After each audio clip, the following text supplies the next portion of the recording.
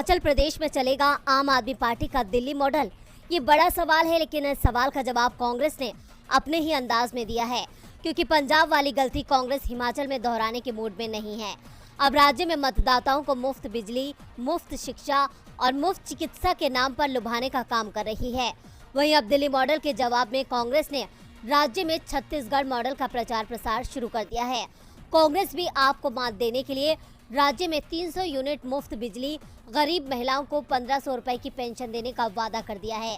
पंजाब के चुनाव में मिली हार से सबक लेते हुए अब कांग्रेस हिमाचल में आपको खुद के लिए खतरा मान रही है। इसलिए समय से पहले ही चुनावी घोषणा पत्र भी कांग्रेस ने तैयार कर लिया है, जिनमें ये मुफ्त वादे शामिल होंगे।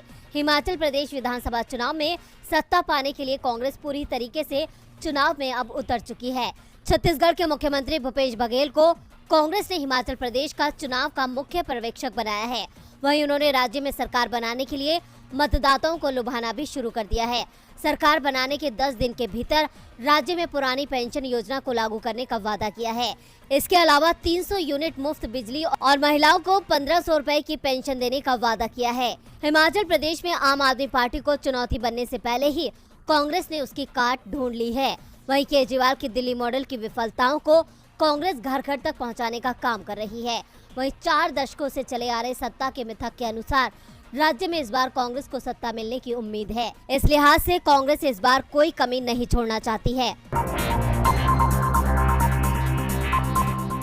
पिछले कुछ सालों में महंगाई आसमान छू रही है, जिससे आम जनता त्रस्त है और विपक्ष सरकार को घेर रहा है। यहाँ तक कि विपक्ष का आरोप है कि सरकार हाथ पर हाथ रखे बैठी है और अपने मित्रों को फायदा पहुँचा रही है। रोजमर्रा की चीजों पर जहाँ जीएसटी लगने से जनता पहले ही परेशान थी, तो वहीं अब मध्य प्रदेश में कुछ ऐसी खबरें सामने आ गई हैं, जिसने बीजेपी सरकार को एक बार फिर कटघरे में खड़ा कर दिया है। बता दें कि मध्य प्रदेश में अब खुला अनाज लेना भी लोगों की जेब काट रहा है। ऐसा इसलिए क्योंकि सरकार ने पैकेट में बंद अनाज पर जीएसटी लगाया तो दुकानदारों ने मुनाफाखोरी शुरू कर दी।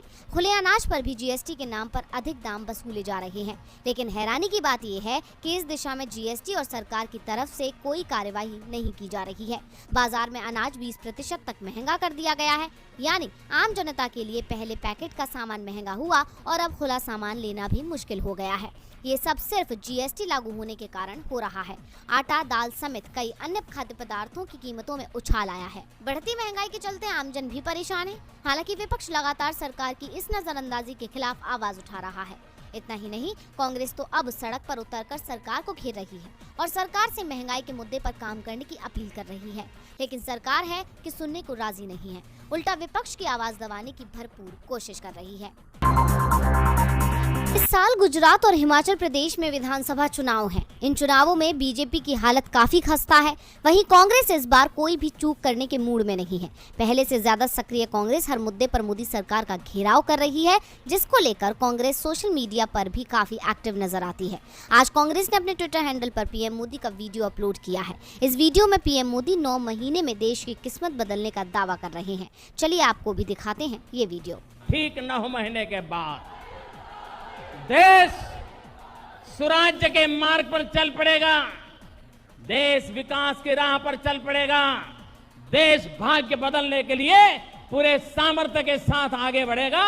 इस वीडियो के साथ कांग्रेस ने ट्वीट करके लिखा है कि मोदी जी, आपने लोगों को अपने जुमलों के जाल में फांस कर देश के भाग्य में दुर्भाग्य लिख दिया है। कांग्रेस के इन हमलों से बीजेपी में बेचैनी बढ़ गई है, क्योंकि अपनी सफाई में कहने के लिए बीजेपी के पास कुछ नहीं है।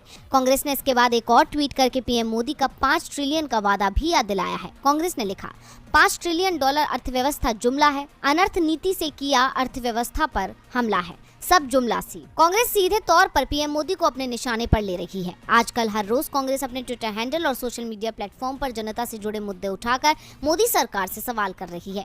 पीएम मोदी ने जब 5 अगस्त को कांग्रेस के प्रदर्शन को काला जादू कहा था, उस पर भी कांग्रेस ने पीएम मोदी का घेराव किया था। अपने ही बयान पर पीएम मोदी बैकफुट पर आ गए थे। कांग्रेस सांसद राहुल गांधी से लेकर प्रियंका गांधी और जयराम रमेश ने पीएम पर हमला बोला था। महंगाई, बेरोजगारी और अग्निपथ को लेकर एक बार फिर कांग्रेस बड़ा प्रदर्शन करने का ऐलान कर चुकी है। कांग्रेस के इस ऐलान ने बीजेपी सरकार की नींद उड़ा दी है।